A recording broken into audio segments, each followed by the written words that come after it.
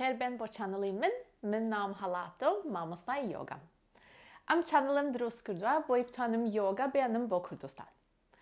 من لە 4 ساڵی و لە نەرویج ژیم، بۆیە کوردێکم جاژە تۆزە سەقەتە بەس هیوادارم لە هەموو شتێک تێبگەن. ئێستاوە 7 ساڵە ئیشی من ئەوەیە فێری هەموو کەسێک یۆگا بکەم. ساڵی 2020 من لە سڵەویستم بێمەوە بۆ کوردستان بۆ سلێمانی ئەنجا ئەلوێ یۆگا بکەم. بەس لەبەر کۆرۆنا بەداخەوە ئەوە نەبوو. بەس وا بزانم ئەوە شتێکی باش بوو چونکە ئێستاوە لە یوتیوبەوە ئەیکەم، یعنی کورد لە هەموو وڵاتێک ئەتوانێت ئەمە بکات لەگەڵ من. یەک ڤیدیۆ لە هەموو ڤیدیۆکانی تر گرنگترە کە تۆ سێری کەیت و فێری بی ئەگە حەزت کەی یۆگا بکەیت. ئەو ڤیدیۆە باسی هەناسەکەمانە. هەناسەکەمان کە ناوی ئوجاییە، هەناسەی ئوجایی. ئەگەر هەناسەکەمان لەگەڵمانە ئیش نەکان نەبێتە هاوڕێمان دە هیچمان نییە. کە هەناسەکەت بوو بە باشترین هاوڕێت، دوای ئەوە توانی وردە یۆگا ڤیدیۆکان بکەیت لە ڕقم 1 دەست پێ بکات تا ڕقم 15. ئەگە پێویست و بوو ڤیدیۆک چەند جارێک بیکەیتەوە تا گیانت فێر بێت تا مێشکت فێر بێ ئەوە قەینە. کاتی خۆت بەکاربێنەوە بە بێسترس ئەمە بکە بۆ خۆت.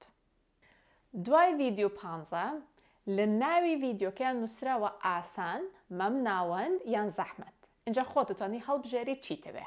بەس بۆ هەمویان ئەوەی گرنگە کە تۆ هەناسەکەت لەگەڵ تا ئیشەکە و بە جوانی ئوجایی فێر بووی. یۆگا ڕاضەیەکی زۆر باشە بۆ گیانت و بۆ مێشکت بەیەکەوە. زۆر کەم جێت پێویستە و زۆر کەم شتیش و پێویستە. بەڕاستی ئەتوانی یۆگا بەبێ هیچ شتێک بیکەی، بەس دوو شت هەیە تۆزێ ژیانت ئاسانترەکە. یەکەم شت یۆگەمات. یۆگەماتەکەت نابێ لە 5 میلیمتر ئەستورتر بێ، بەس نابێ لە 3 کەمتر بێ.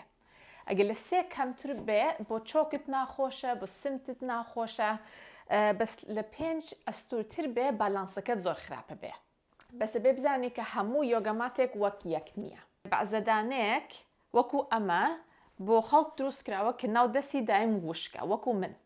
گیانیشم ئارەق بکات ناو دەسم ئارەق ناکە. بۆیە من کە دەسمە خەمە سەر ئەمە ناخلیسکێم. بەس یۆگەمات هەیە بۆ ئەوانەی کە ناو دەستیان ئارەقەکە. و کاتێکە دەست و ئارەق کرد، دەست و خستە سەر ماتەکە پێوێ نووسی. بۆیە ئەبێ یۆگەماتێ بکڕی کە بۆ دەستی تۆ دروست کراوە، ئەگینا یۆگاکە زۆر ناخۆشەکە. دووەم شتیش ئەمانەیە.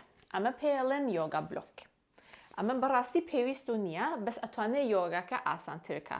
بە تایبەتی بۆ ئەوانە کە گیانتان تۆزە ڕقا ئەوە نەرم نین، دەستان ناگاتە عەرز، ئەمە تۆزە ژیان ئاسانترەکە چونکە ئەرزەکە تۆزە ئەهێنیتە سەرەوە بڵین. وردە ڤیدیۆی تریشە بینە لەسەر چانەڵێکی من، ڤیدیۆی ڕاضە، ڤیدیۆی نانخواردن، هەموو شتێک بۆ تەندروستی تۆ. کە ڤیدیۆ نانخواردنەکانم دروست کرد، ئەبینی کە من نە گۆشتە خۆم، نە هێلکە، نە شیرمەنی، من ئەوەیە کە پێڵن ڤێگان. یعنی هیچ شتێک ناخۆم لە حیواناتەوە بێ. ئەزانم ئەمە تۆزە سەیرە لە کوردستان، بەس تاقیکەرەوە بزانێت گیانت چۆن ئەگە پێخۆشە یان پێخۆش نییە. ئەگەر هیچ پرسیارێک و هەبوو کۆمنتێک بنووسە، اینجا هەتا توانیم جوابی هەمووتان نەدەمەوە. ئەوە لویجیش هات، لویجی گیان وەرە پێیان بڵێن های. ئەمە لویجیە 11 ساڵە، هەموو ژیانیەوە تا لەگەڵ منە ژیاوە.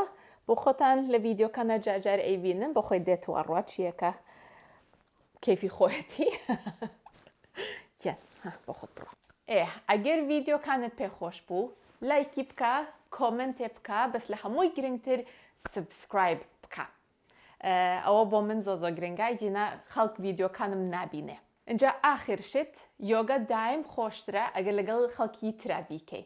بۆیە ئەگە ڤیدیۆکی باش و دۆزیەوە، ڤیدیۆکی خۆش و دۆزیەوە بینێرە بە هاوڕەیەک بەیەکەوە بیکەن، یۆگا بێ بە شتێکی ترکە لەگەڵ خەڵکی ترایکەی. تا یەکتری ئەبینینەوە ئاگاتان لە خۆتان بێ. خواحافیز.